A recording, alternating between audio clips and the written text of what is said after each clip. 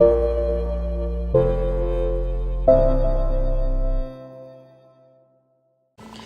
everybody, this is Jamerson coming to you from Charlotte, North Carolina, and I just want to touch base with you about two hurdles that I'm currently dealing with.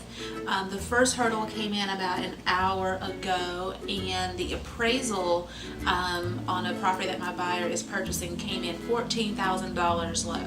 So what I have to do is let the seller know, because we are purchasing this property with an FHA loan, and whenever you have an FHA loan or a VA loan, the house has to appraise for that price. There's an actual addendum that's attached to the contract, which makes that contract longer.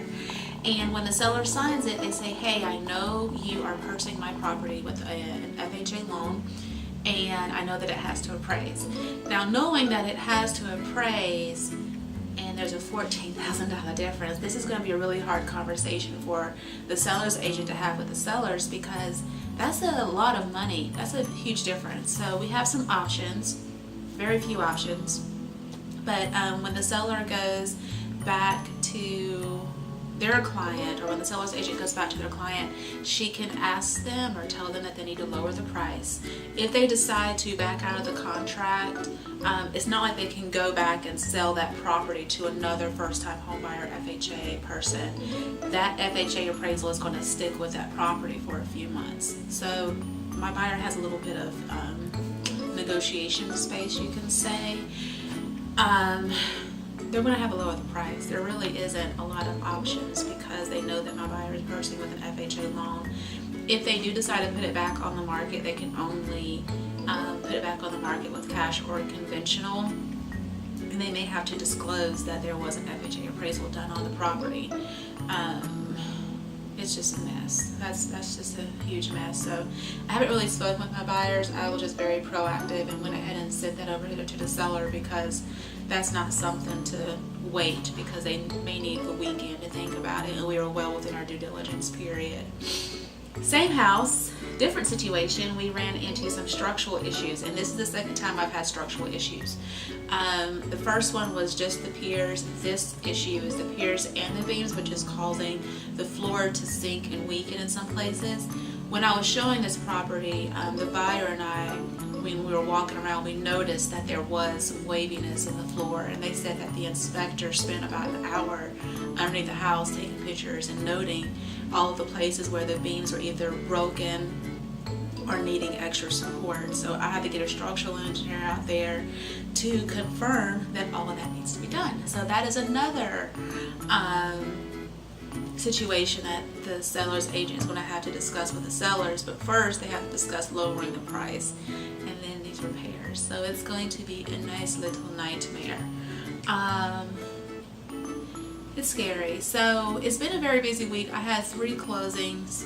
Out of those 3 closings, one happened on the day that was on the contract. So I mentioned in a previous video about discussing things that can go wrong in a contract or in a transaction to the buyer and seller.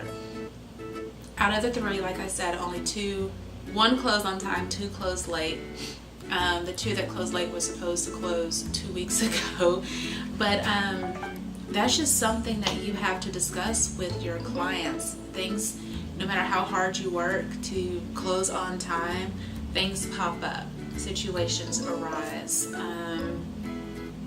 and this, I don't know, I mean, things happen, and you have to understand that there's a 14-day grace period. No one likes to use that 14-day grace period, but it's there, especially when there's like holidays. I mean, we had like July 4th, and some people took a long weekend, and depending on when they took their long weekend, they may have took Friday off, they may have took Monday off and Tuesday. So that whole 5 or 6 day period was like up in the air, because everyone's vacation was just different.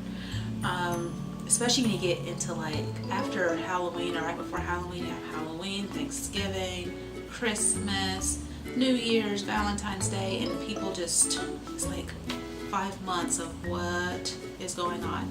So again, you have to understand the contract, you have to understand your rights and responsibilities as a buyer and seller. You have to really understand what you're signing, because buyers will say, I don't want the house, just forget it, it's just too much, when the conflict or the hurdle is very easy to get over. Sellers will say, I don't want to sell the house anymore, or I'll just let it sit empty, or take it off the market, I'll sell it later to like someone else. And you have to let them know the pros and cons. The market can shift. They still have to disclose structural issues, and that FHA appraisal is going to ride out with the property unless you want to wait a few months. So that is my 2 cents. I will be happy when 4 o'clock rolls by. But if you have any questions, please not hesitate to call me at 980-319-3664. I have a new website. It's the same website, just a different directional thingy. charlottesbestrealestate.com is still up, but that is a long thing to remember and type in, and people always forget that S because of my accent. It's Charlotte's Best Real Estate. But you can also visit search704.com, and there you go, you have the same website. So search 704.com for properties here in Charlotte, or if you're thinking about selling your home, www.ashleysellmyhouse.com. I look forward to talking to you soon. Bye.